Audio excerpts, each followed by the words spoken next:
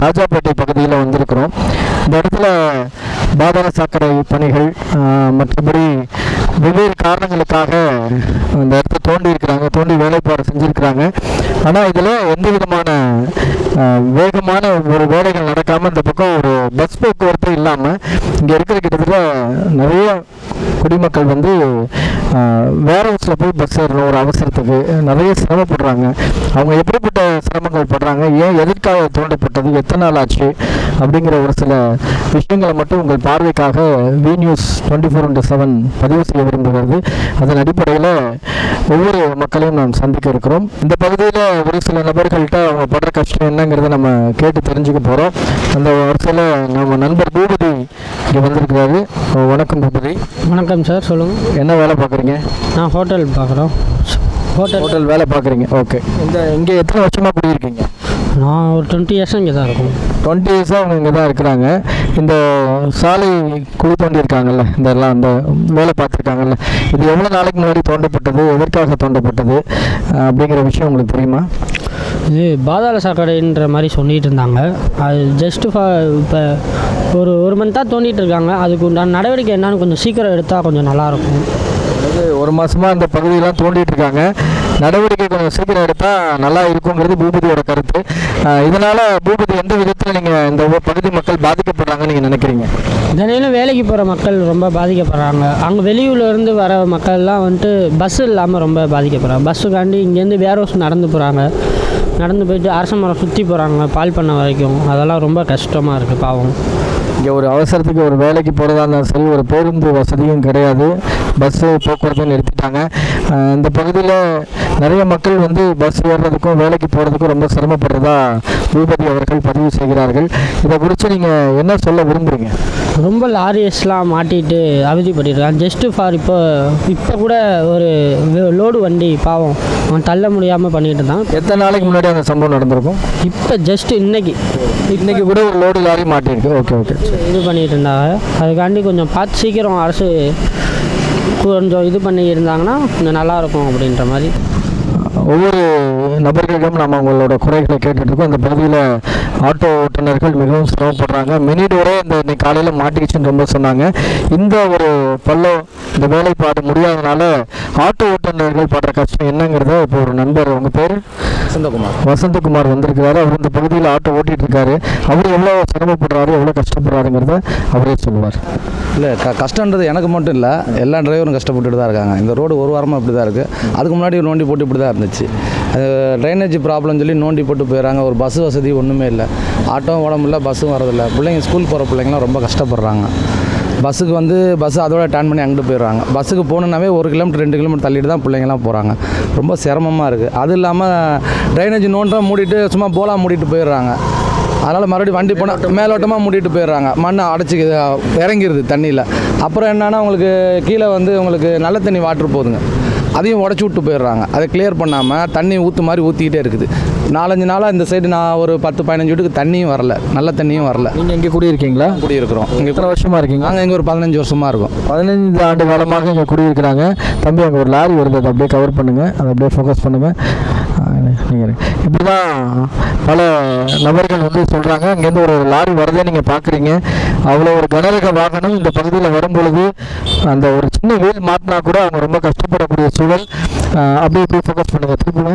அப்படி ஒரு வண்டி வரும் பட்சத்தில் எந்த ஒரு வாகனமும் இந்த பகுதியை கிராஸ் பண்ண முடியல. அப்படிப்பட்ட ஒரு நிலவரம் தான் இந்த இடத்துல இருக்குது. சிறிது நேரத்துக்கு முன்னாடி பார்த்தீங்க, ஒரு கனரக வாகனம் இந்த இடத்த கடக்கும்போது எவ்வளோ சிரமப்படுது. அது மட்டும் இல்லை, ஒரு லாரி கிராஸ் பண்ணி போகிறதுக்குள்ளே கிட்டத்தட்ட ஒரு 20-30 லகுரக வாகனங்கள், இருசக்கர வாகனங்கள்லாம் ஒரு பெரிய டிராஃபிக் ஆகக்கூடிய சூழல் இருக்குது. இதை வந்து அரசாங்க பார்வைக்கும் அதிகாரிகளுடைய பார்வைக்கும் நாங்கள் கொண்டு செல்கிறோம். பொதுமக்கள் நலன் கருதி விரைவாக இந்த இடத்துல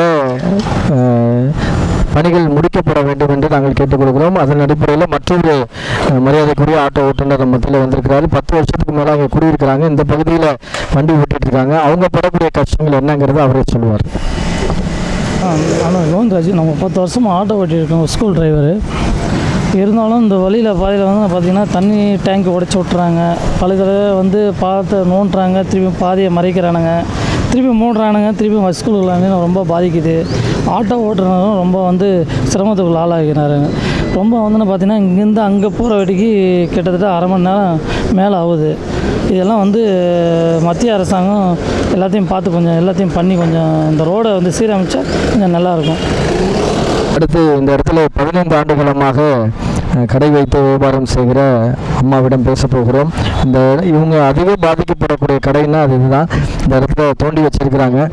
எவ்வளோ டஸ்ட் வருது, எவ்வளோ ஒரு பிரச்சனைகளை சந்திக்கிறாங்கிறது அவங்களே சொல்லுவாங்க. சொல்லுங்கம்மா.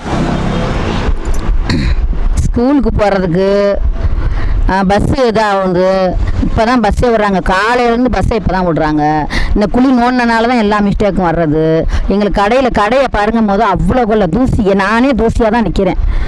எல்லாம் சரி பண்ணுங்கள், கடையை நல்லபடியாக ரோடு நல்லபடியாக சரி பண்ணுங்கள். அவ்வளோ கஷ்டப்படுறாங்க பாவம். ஒரு போன வாரம் இந்த நேற்று கூட அங்கே உட்காந்துச்சு. அப்படி அவ்வளோ கஷ்டப்பட்டாங்க அதை எடுக்கிறதுக்கு. ஆமாம், போகிறாங்க, யாருமே ரிப்போர்ட் சொல்ல மாட்டேங்கிறாங்க.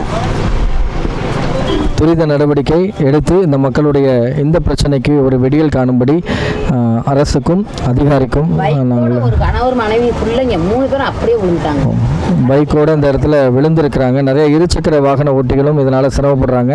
பல்வேறு மக்கள் பாதிக்கப்பட்டு கொண்டிருக்கிறார். அது அடிப்படையில் ஸ்கூல்லேருந்து பாப்பாவை கூட்டிகிட்டு போகிற ஒரு நாள் கூட வண்டியை சரியாக ஓட்ட முடியல. அவர்கிட்ட எப்படிப்பட்ட பிரச்சனை சந்திக்கிறான்னு நம்ம கேட்போம். அவங்க பேர் சொல்லுங்க. என் பேர் வெங்கடேஷ். இங்கே ரொம்ப மோசமான ரோடு இது எதுக்கு இப்படி பறித்து போட்டு இவ்வளோ வச்சுருக்காங்கன்னு தெரில. போக்குவரத்து ரொம்ப பாதிக்குது, அவ்வளோதான். ரொம்ப ஒரு ஸ்கூல் பிள்ளைங்களையோ பஸ்ஸுக்கு வந்து ரொம்ப நாள் நின்று இங்கே பஸ்ஸே வர்றதில்லை. அதனால் வந்து முதல்ல வந்து தமிழ்நாடு துறை வந்து முதல்ல பார்க்கணும். நீங்கள் எதுவாக இருந்தாலும் வந்து முதல்ல சீர்திருத்துற வழியை முதல்ல பாருங்கள், அவ்வளோதான். ரொம்ப போக்குவரத்துக்கு இடைஞ்சலாக இருக்குது, அவ்வளோதான். 2 துணை மேயர்கள் இந்த பக்கம் போகக்கூடிய சூழல் இருந்து இந்த ரோடு இப்படி தான் இருக்குது. மேயர்லாம் வந்துட்டு போயிட்டு தான் இருக்காங்க. ஆனால் வந்து இதில் ஒரு விதத்தில் கூட எதுவுமே சரியில்லை, அவ்வளோதான். ஆமாம், இது துரிதமாக முடித்தா போக்குவரத்து நல்லாயிருக்கும், மக்களும் பயன்படும். கண்டிப்பாக. இது வந்து மெயின் ரோடு. எல்லாத்துக்குமே வந்து சத்திரம் பஸ் ஸ்டாண்டில் இங்கேயாவது செந்தனியபுரத்துலேருந்து சத்திரம் பஸ் ஸ்டாண்ட் போகிற வேலையை பார்க்குற எல்லாமே வந்து பாதிக்கப்படுறாங்க. எல்லாம் நடந்து போயிட்டுருக்காங்க. இது வந்து ஒரு விதத்தில் 10-15 நாளாக இதாக நடந்துக்கிட்டு இருக்குது. ரொம்ப போக்குவரத்து ரொம்ப மோசமாக இருக்குது, அவ்வளோதான். இந்த ரோடு ரொம்ப இது பாதாள சாக்கடை திட்டனால ரொம்ப குண்டும் குழியுமாக இருக்கனால அடிக்கடி வண்டி மாட்டுது. ரெண்டாவது வந்து ஏதாச்சும் ஒரு வண்டி சப்போஸ் பிரேக் டவுன், நேற்று கூட ஒரு வண்டி பிரேக் டவுன் ஆகிடுச்சு. பார்த்திங்கன்னா ரோடு ஃபுல்லாக ஜாம் ஆகிடுச்சு. அதுவும் இல்லாமல் நடுவில் பார்த்திங்களா அங்கே பள்ளமாக கூட இருக்குது பார்த்திங்களா. இதில் வந்து வண்டி ஏதாச்சும் மாற்றிச்சுன்னா மொத்தமாகவே ரோடு மொத்தமாக பிளாக் ஆகிடுது. அந்தமாரி இது வரைக்கும் ஒரு 3-4 வண்டி வந்து இதில் பிளாக் ஆகி நின்றுருக்கு. ரெண்டாவது ஆமாம், இங்கே தான் இந்த ஏரியாவில் தான் குடியிருக்கோம். அப்புறம் பார்த்திங்கன்னா இதில் வண்டி ஏதாச்சும் இப்போ பார்த்திங்கன்னா ஆட்டோ எல்லாருமே உள்ளே இருக்கிறவங்க எல்லாம் அன்னாட காட்சி தான். ஆட்டோ எல்லாமே இங்கே தான் நிப்பாட்டுவாங்க வண்டி. இப்போ பார்த்திங்கன்னா இது எதுவுமே நிப்பாட்ட முடியல. அது ஒரு பெரிய பிரச்சனையாக இருக்குது. எனக்கு தெரிஞ்சு கவர்மெண்ட் பஸ்ஸு கூட ஒரு 2 நாளாக ஸ்டாப் பண்ணிட்டாங்க. எந்த ஒரு பஸ்ஸுமே பேசஞ்சர் பஸ் இப்போ எதுவுமே வரதில்லை. ஃபுல்லாகவே அந்த கவர்மெண்ட் பஸ் மட்டும் சும்மா ஒரு ட்ரிப் 2 ட்ரிப் வருது. அதிகமாக எதுவும் இதாக முன்னாடி எத்தனை தடவை போக்குவரத்து இருந்தது? ஃபஸ்ட்டு அதான் அரை மணி நேரத்துக்கு ஒரு தடவை பஸ் வந்துக்கிட்டு இருக்கும். இப்போ நீங்கள் பஸ் ஏறணும்னா என்ன பண்ணணும்? இப்போனா அதான் அந்த பார்க்குக்கு தான் போகணும். அங்கே பார்க்குக்கு தான் போகணும். ஆனால் பஸ் வந்து இங்கே பார்க்கு அந்த காளியம்மன் கோயில் இங்கே எதுவும் ஸ்டாப் எதுவும் கிடையாது. இப்போ இந்த வேலை நடந்துட்டு இருக்கனால எதுவும் வண்டி எதுவும் வர்றதில்ல. நேற்று கூட பார்த்தவர்னா ஒருத்தர் இங்கே விழுந்துட்டார். பைக்கில் 2 வீலர் ஸ்கூட்டியில் வந்தவர் இந்த பள்ளனால பாவம் சறுக்கி அடித்து கீழே விழுந்துட்டார். அப்புறம் தூக்கி வேகமாக வேலைக்கு போகிறவங்களுக்கு சிரமம் தான். பலதரப்பட்ட மக்கள் வந்து இதனால் சிரமம் அடைஞ்சிட்டு தான் இருக்கிறாங்க. 20% நன்மைகள்னு சொன்னாலும் 80% இந்த பகுதி மக்கள் வந்து சொல்ல முடியாத கஷ்டத்தை அனுபவிக்கிறாங்க. இருசக்கர வாகன ஓட்டிகளும் விழுந்த அனுபவங்கள் உண்டு. மினி டோரு ஆட்டோஸ் எல்லாம் போகிறது ரொம்ப சிரமமாக இருக்குது. இந்த இவரே சொல்கிறாரு, இன்னைக்கு காலையில் நடந்ததா? நேற்று காலையிலே ஒருத்தர் வேகமாக அவசரமாக வேலைக்கு போகும்போது ஒருத்தர் கீழே வந்துட்டார்.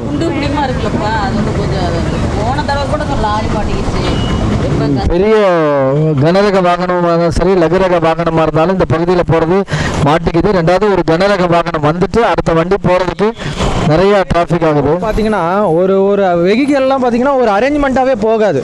பார்த்தீங்கன்னா லேனு மாறி தான் போவாங்க. பார்த்தீங்கன்னா அங்கே பாருங்கள் இந்த பக்கம் கொஞ்சம் வண்டி போகும், ஆப்போசிட்டில் கொஞ்சம் வண்டி போகும், அதிலே பிளாக்கேஜ் ஆகிடும். மேரும் இந்த லைனில் தான் போகிறாங்க இல்லையா? ஆமாம் ஆமாம், ஒரே லைனில் தான் ட்ராவல் பண்ணுறேன். 2 துணை மேரு இதே லைன் இந்த லைன். ஆமாம் ஆமாம். அதாவது அரசியலில் இருக்கவங்களும் சரி, அதிகாரத்தில் இருக்கவங்களும் சரி, இதே லைனில் தான் போகிறாங்க. இதை பார்த்துட்டு தான் போகிறாங்க. அதனால் வழியை மாற்றுறது மட்டும் இல்லை, பொதுமக்கள் படுற சிரமத்தையும் கருத்தில் கொண்டு விரைவாக அந்த பணிகளை முடித்து பல நாள் போக்குவரத்து தடைக்கு அப்புறம் இப்போ தான் ஒரு ப்ரைவேட் பஸ் இந்த பக்கம் வருது. அந்த ப்ரைவேட் பஸ் வரதும் எவ்வளோ சிரமத்தில் வருதுங்கிறத நீங்கள் பார்க்கலாம். ரொம்ப நாள் கழிச்சு இன்றைக்கி தான் விட்டுட்டாங்க. அந்த பஸ் இதை தாண்டி போக ரொம்ப சிரமப்பட்டுருக்காங்க. அதிகமான ஒரு போக்குவரத்து நெரிசலை இந்த குறுகிய பகுதியில் இருக்கிற இந்த வேலை முடியாத ஆமை வேகத்தில் நடக்கிற அந்த வேலையினால நிறைய போக்குவரத்து இடைஞ்சல்கள் இந்த பகுதி மக்கள் பாதிக்கப்படுறாங்க. அந்த பஸ்ஸால் கூட எளிதாக கடந்து போக முடியாத சூழல். அந்த ஒரு ஒயரை கூட எடுக்காம மண்ணை போட்டு மூடுறவங்க அப்படியே மூடிட்டு போயிட்டாங்க. இதனால பல வயதானவர்களும் சரி, குழந்தைகளும் சரி, வாகன ஓட்டிகளும் சரி இந்த ஒயரில் மாட்டி விபத்து ஆகக்கூடிய சூழல் ஏற்படுகிறது. இதை கூட ஒரு ப்ரொசீஜராக எடுத்து அதை மூடணும் அப்படிங்கிற ஒரு எண்ணம் இல்லாமல் சிரமத்துக்கு மேல் சிரமம் இந்த பகுதி மக்களுக்கு வேலை செய்கிறோம் என்ற பெயரில் கொடுத்து கொண்டிருக்கிறார்கள் என்பதை மறுக்க முடியாத உண்மையாக கருதப்படுகிறது. வி நியூஸ் செய்திகளுக்காக ஒளிப்பதிவாளர் மணிவாசகருடன் ஷாம்.